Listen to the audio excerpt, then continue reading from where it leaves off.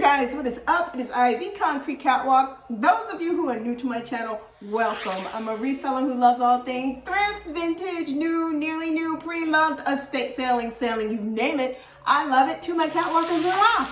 Welcome back to a new video this Sunday. To my newly subscribed, I am so excited that you have decided to come along together with me on this journey. I have some show and tell, some new, some thrifted, things to share with you, as well as a very interesting article about a business which sparked a conversation that I wanted to have with you guys about it. But before we get into that, I want to jump into some of the things that I picked up for fall winter 2022. Two things that I picked up from my favorite place. If you're new here, I love to go to Nordstrom Rack. I am a girl on a budget. I love really nice things, but a lot of the times I don't want to spend those super big bucks to get those things. I strongly suggest if you have a Nordstrom Rack near you that you go and you check them out. So let me not hold this up. First up is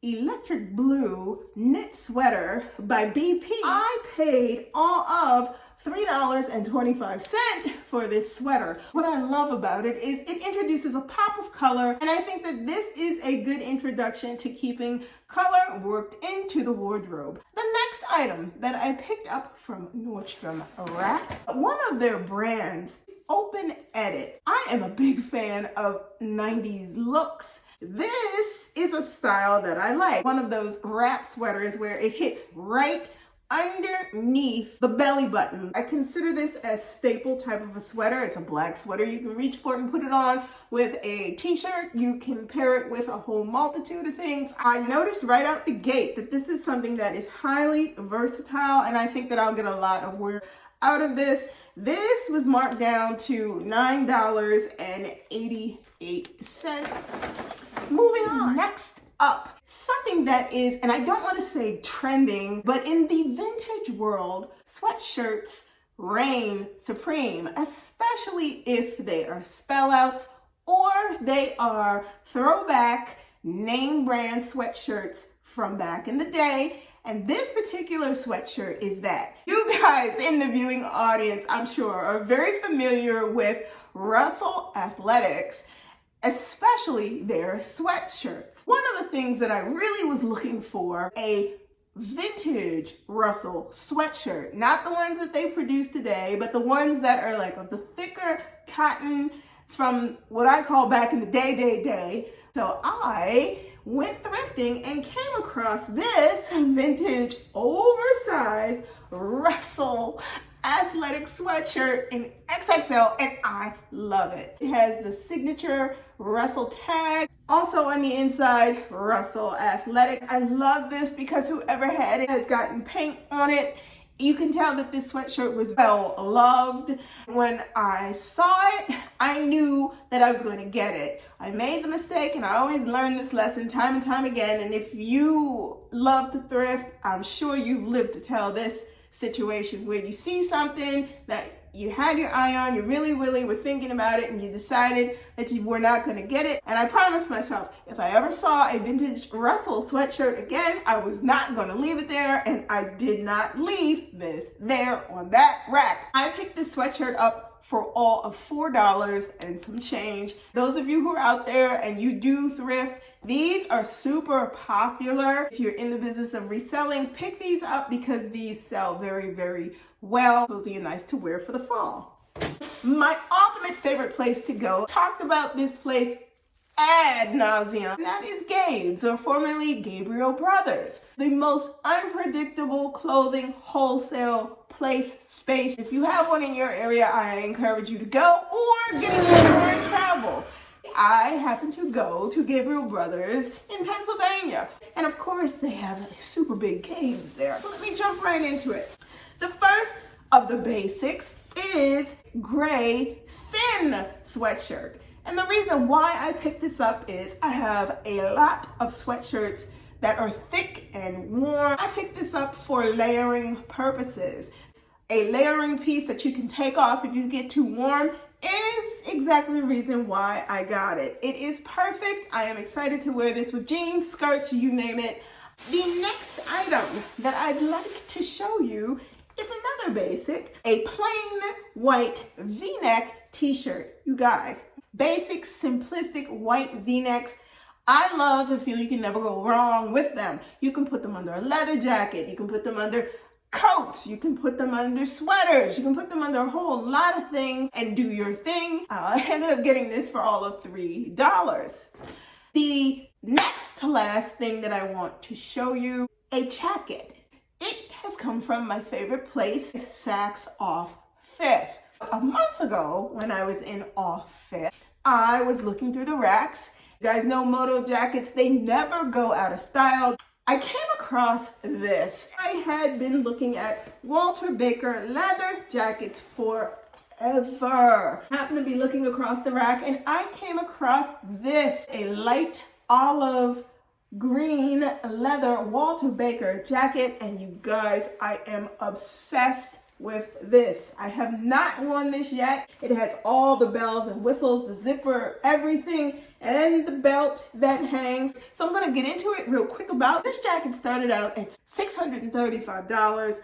I ended up getting this on sale, marked all the way down to a beautiful price of $174.99 with an additional 30% off. This jacket rang in at $148 and a little bit of change, and I love this. The last thing that I want to share with you is a bag. You guys remember a couple videos ago, I was on the hunt for a Todd's hobo bag, the back in the day hobo bag from Todd's. This is the Todd's hobo bag that I ended up picking up from Tradesy for all of $80.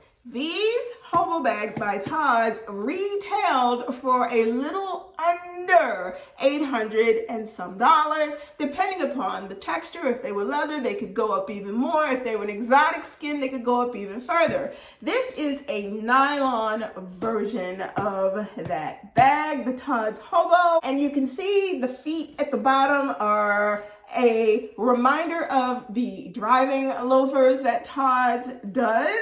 Condition-wise, this bag is in pretty good condition, and I am glad that I was able to land something that is such a classic for a price point that made total sense. Yes, I have carried this a few times, and I probably later on will do a conversation about what I think of this bag. If you guys are interested in looking for one of these, Vestiaire Collective, Tradesy, The Real. And that is a good segue to bring us to, now I'm going to preempt this discussion before we jump up in it and say this. The person this happened to, I am not here to talk about. This person is a business owner. This particular business owner did something that and I'm sure many of you out there, once you hear this, would never even dream of doing. But the bigger thing behind it is what it got me to thinking about. I'm not gonna hold this up, let me jump right into it. I am sure you guys may have heard, and if you have not, there was a lady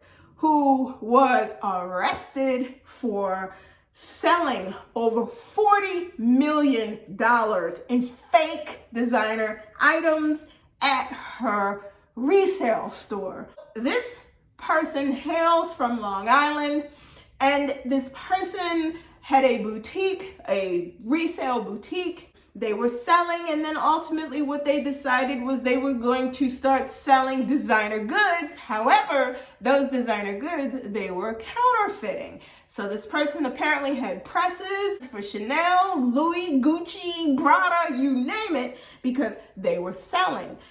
Ultimately, this person's store ended up under investigation by the powers that be, and it ended up going through what they call a forfeiture of everything, but not before she made $40 million worth of sales. This raises very interesting commentary. When I think of the bigger picture about what it means to be a business owner, there are a whole slew of things that come in the back of my mind. It is a refresher, you guys. I am serious. It is a refresher course 101 in what not to do when you run a business.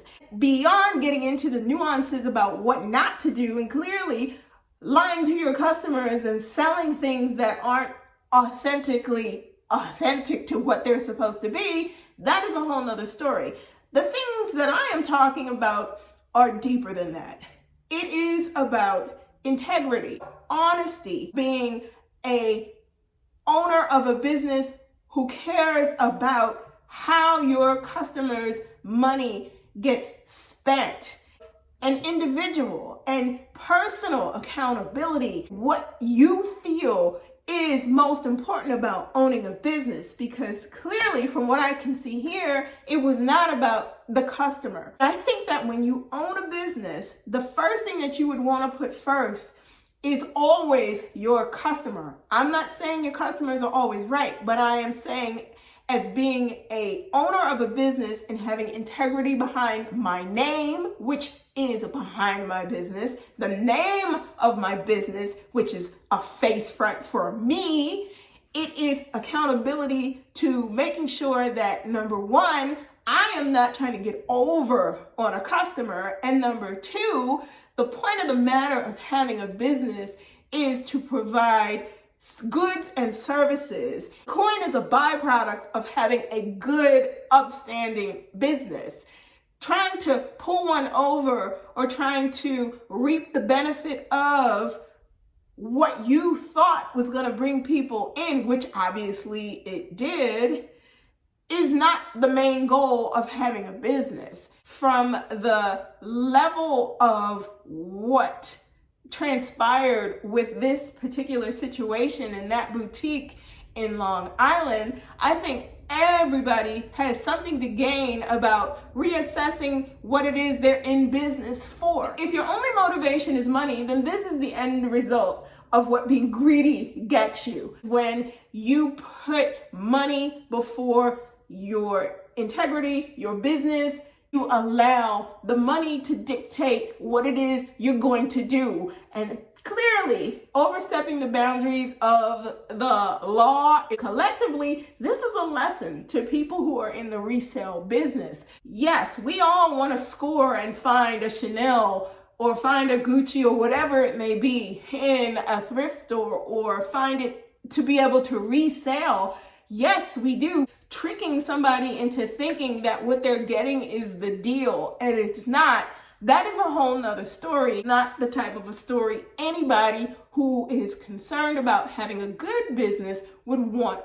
When you have a business, the biggest thing you want to do is you want to satisfy your customers the right way. Give them goods and services that are what they are. You, as a business owner, want to be able to sleep well at night without having a conscience that says that you did something that you know was not right.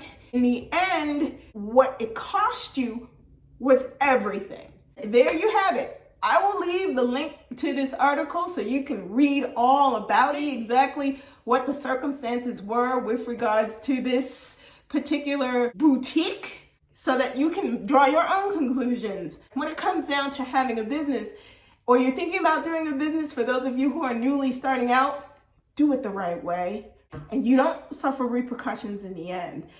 So you guys, there you have it. Just wanted to show you some things, tell you some things, and just, yeah, she did that. Thank you so much for stopping by this week. Let me know what your thoughts are regarding that whole situation with what transpired in Long Island. Let me know your thoughts about some of the things that I showed you that I picked up. Like, comment, and subscribe to my channel. If you do not want to miss out on anything that I post, tap the bell and you will get notifications each time I post a new video. I post videos every Sunday. If you do not want to miss out, you know what to do. Links to my socials will be listed in the description box below. You guys, thank you so much for stopping by and checking me out this week. Be safe. See you all next Sunday. Bye for now.